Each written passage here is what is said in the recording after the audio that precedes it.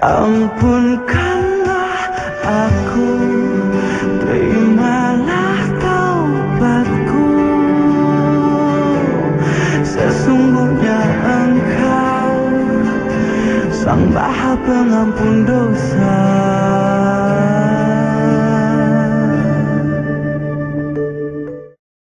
Di situ energi akan mengalir. Pada saat kita berpikir negatif kepada diri kita, maka insya Allah energi negatif mengalir kepada kita. Pada saat kita berpikir positif negatif kepada orang lain, maka kita akan ada energi negatif kepada orang lain tersebut. Buktinya siapa yang kadang-kadang sebelah sama temen, dia nelfon aja nggak mau kita angkat. Cuma teman mau ketemu aja jadi malas itu energi namanya. Dan saya merasa bahwa saya harus bahagia. Kenapa harus bahagia? Karena bahagia itu nggak mesti ada banyak syarat. Saya mengatakan bahwa unconditional happiness, bahagia itu tanpa syarat. Karena dalam hati kita ada Allah. Terus orang saya bahagia kalau punya mobil, kalau belum punya mobil berarti nggak bahagia dong. Saya bahagia kalau menang jadi pemimpin partai politik, kalau nggak menang berarti nggak bahagia dong. Saya bahagia kalau punya anak, kalau belum punya anak berarti nggak bahagia. Saya bahagia kalau tinggal di rumah yang mewah, kalau tinggal di kampung berarti nggak bahagia. Bahagia itu saat ini apapun di dunia bahagia, insya Allah di akhirat bahagia. Karena dalam hati kita hanya ada Allah. Kemudian ada namanya sumastakomus, saya istiqomah. Dalam tadi Ustaz Arif mengatakan kenapa sih 21 hari? Karena riset membuktikan bahwa yang namanya kebiasaan, habit itu dibentuk minimal selama 21 hari. Dan bersyukur umat Islam ada bulan suci Ramadan yang kita pakai, karena Ramadan itu kalau kita istiqomah dan terputus, tidak terputus 1 hari, 2 hari, terus 30 hari, pasti jadi kebiasaan positif. Jadi Stephen Covey juga beberapa penulis barat mengatakan 21 hari, para kiai mengatakan 40 hari. Jadi kalau sudah 21 hari pasti 40 harinya lebih lancar lagi. Kalau ada orang pada hari pertama dia sedekah, hari kedua dia sedekah, hari keempat terus sampai 21 hari sedekah, ketika hari ke-23 kalau dia nggak sedekah pasti ada yang kurang. Kalau ada orang yang setiap subuh dia sholat subuh jamaah hari pertama, hari kedua jamaah, hari ketiga jamaah, dan terputus di selama 21 hari, pada hari ke-22 dia nggak sedekah, nggak sholat subuh jamaah, pasti ada yang kurang. Syaratnya nggak terputus, dan ini sudah terbukti. Kalau ada orang yang tiap hari ngomongnya lembut kepada keluarga, ngomongnya baik kepada keluarga, ngomongnya baik kepada anak-anak, selama 21 hari kalau dia ngomong kasar kayak ada yang kurang, itu namanya kebiasaan. Jadi kebiasaan itu ternyata di Al-Quran disebutkan orang-orang yang istiqomah, konsisten, dan terus menerus insya Allah dia akan punya kebiasaan baik. Kita menyebutnya sebagai akhlak. Kemudian orang-orang yang seperti inilah yang kemudian kata Allah dijauhkan dua penyakit manusia modern ini. Kalau bahasa anak muda sekarang galau, kan betul ya? Galau ini penyakitnya kan dua, rasa takut dan rasa sedih. Ini di Al-Quran disebutkan tadi. Jadi la takhaf wa la tahzan, jangan takut dan nggak usah sedih kata Allah. Malaikat bisikan ke telinga mereka orang-orang yang istiqomah ini, kemudian suruh bergembira kepada Allah karena kita ini yang dijanjikan surga oleh Allah baik di dunia maupun di akhirat. Akwai Nanang Qasim Yusuf, ya, beliau yang akan membahas nanti dan juga akan dikupas nanti oleh Abuya. Manusia rata-rata ya, melalui 7 kesadaran. Apa itu? Dengarkan nanti. Nanang Qasim, motivator muda yang memecahkan Guinness rekor muri, ya, peserta training terbanyak sampai 18.000 di Istora Senayan. Padahal beliau alumni marbot masjid. Subhanallah. Ada kalimat yang Arifin suka ketika mendengar ceramah-ceramah beliau. Kalau orang gagal itu 1000 alasan, tapi kalau orang sukses hanya satu, tidak punya alasan. Kalau gagal orang semua ke masjid itu banyak alasannya. Padahal al-malasu. Allah. Nanti kita akan panjang lebar dan akan dikupas oleh Abuya Ma'arif. Kemudian Ustaz Lukman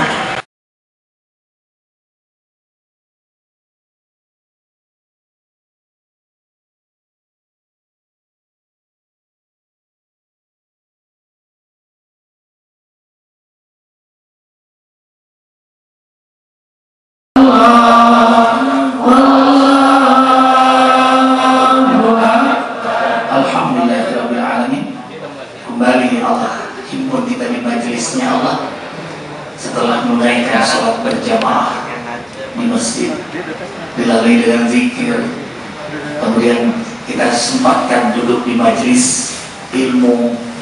Mudah-mudahan semakin hari kita semakin dalam berkah Allah, semakin senang ibadah, semangat amal saleh, makin mulia akhlak kita, ikhlas, sabar, syukur, wara, berhati-hati dengan hukum Allah, juhud cari dunia untuk akhirat, rendah hati, istiqomah, tawakal, dan semua sifat mulia, dan Allah sibukkan dalam perbaikan-kebaikan. Amin.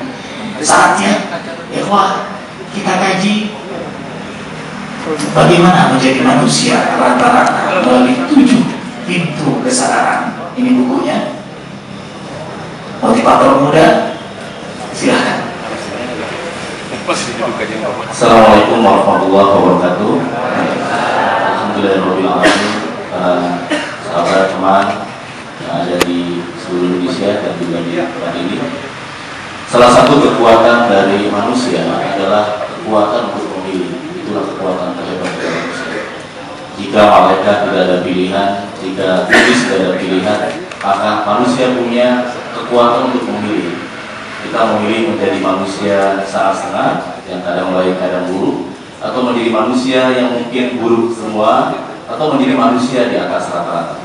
Dalam konsep buku Self-Awareness dan The Heart of Self-Awareness, saya tulis bahwa kita pilihan itulah yang kemudian membuat kita menjadi manusia terbaik. Quran menyebutnya Khalifah fil Ardh.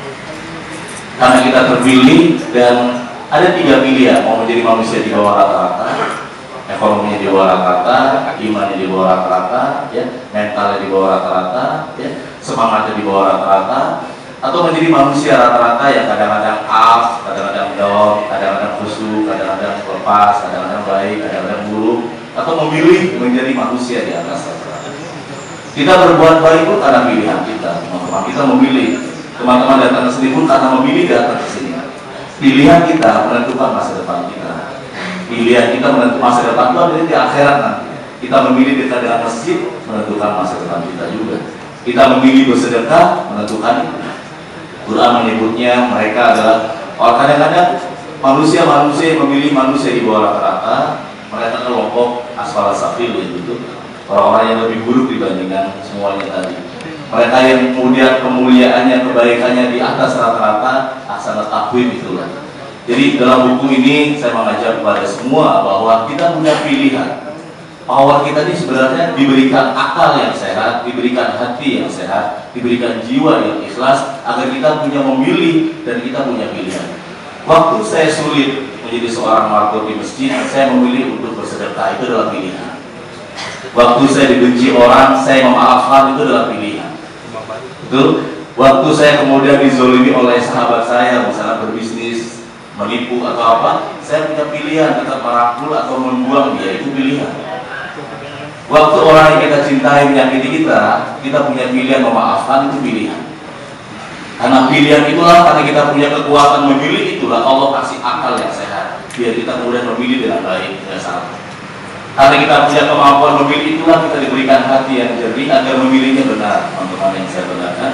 Karena kita punya pilihan yang luar biasa itulah kita diberikan hati yang ikhlas dan bersyukur.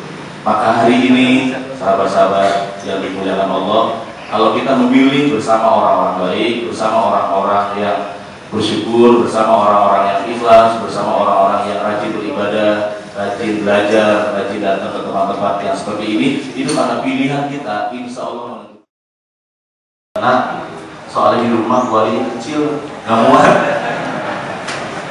Jadi itu contoh bahwa kadang-kadang kita ini berpikir terlalu sempit, sehingga kadang bukan.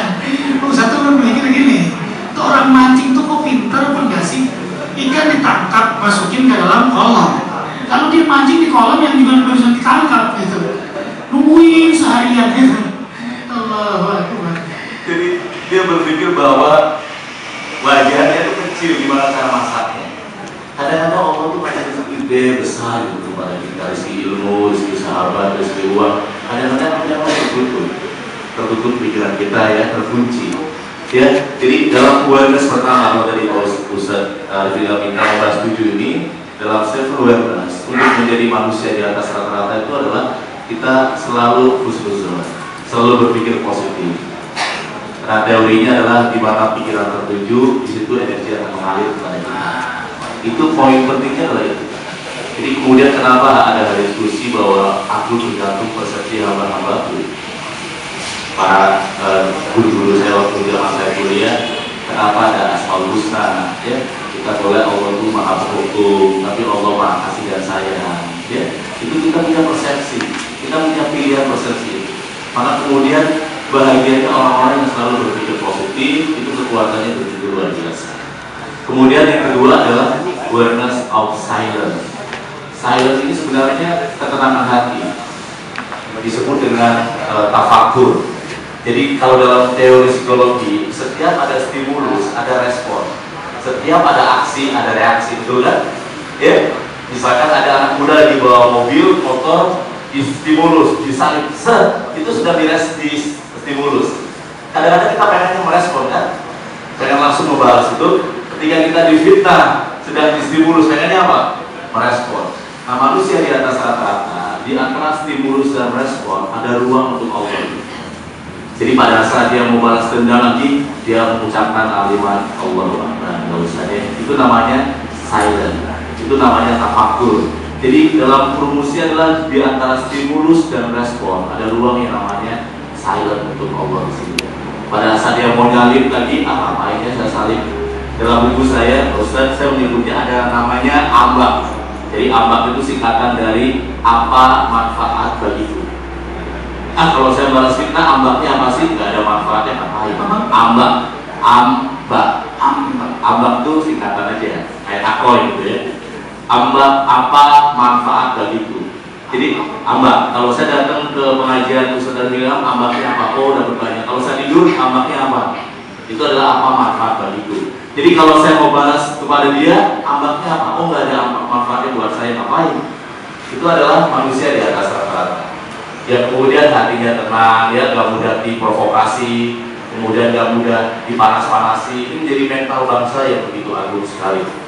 Kemudian yang ketiga, awareness yang ketiga, kesadaran yang ketiga untuk menjadi manusia di atas rata-rata adalah awareness of success.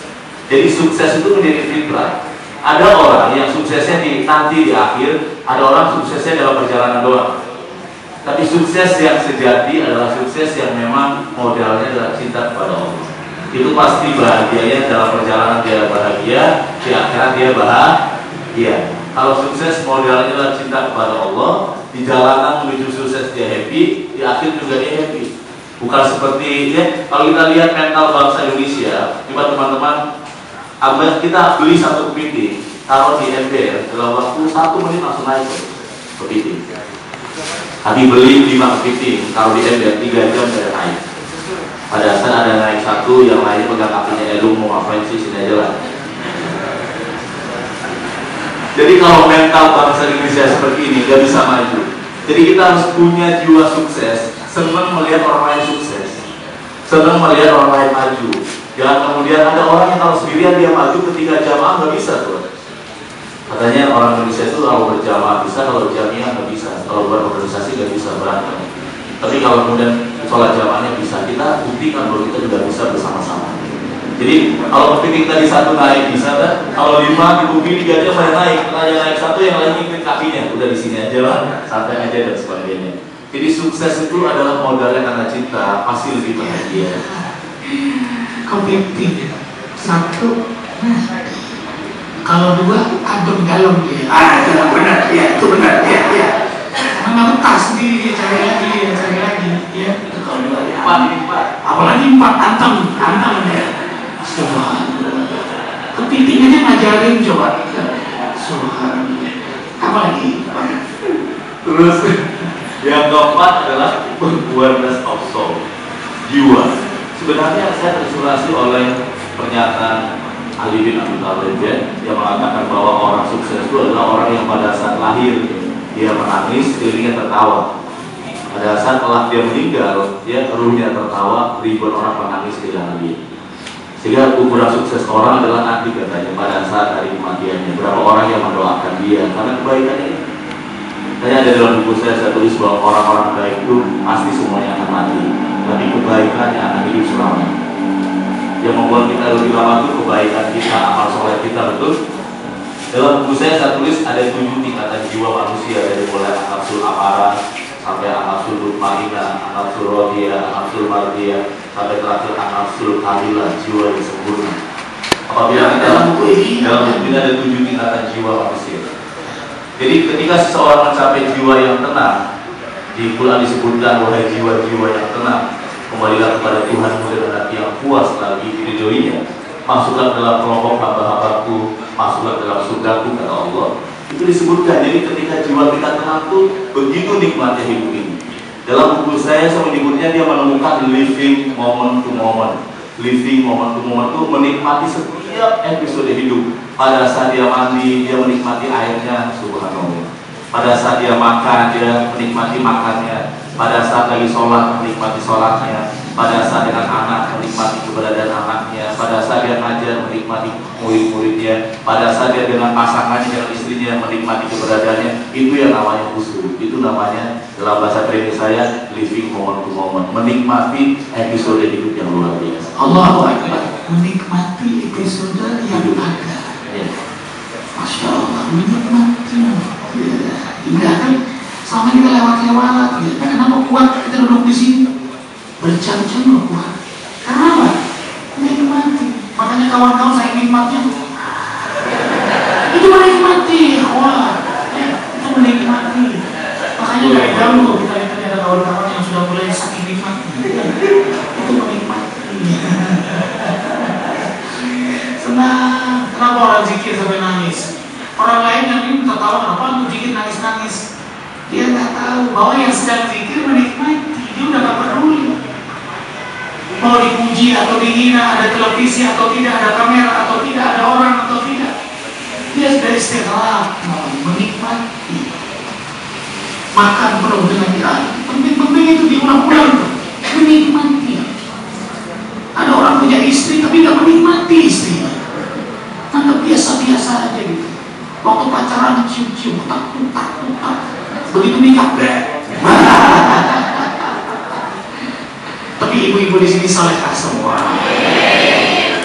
Saleh, menikmati sekali suami. Belum pulang itu tunggu, Allahu Akbar. Karena awal bulan, Allahu Akbar. Ini menikmati gajian itu, menikmati awal bulan itu. Nah, ini menikmati semua. Kita kadang-kadang dalam maksiat bisa menikmati, padahal kenikmatan yang dimurkai oleh Allah. Zarhum yaqulu wa yatamatta'u wa yuhibbul amala fasawfa ya'lamun. Qul tamatta' bi kufrika qalila innaka min ashabin nar. Enak sesaat, tapi menderita berkepanjangan. Nah, makanya beda antara enak dengan nikmat. Orang maksiat itu enak tapi tidak nikmat. Koruptor itu enak, maling enak bener. Orang sekian lama ngumpulin duit, dia tinggal ambil, enak bener. Nipu enak bener. Berzina enak.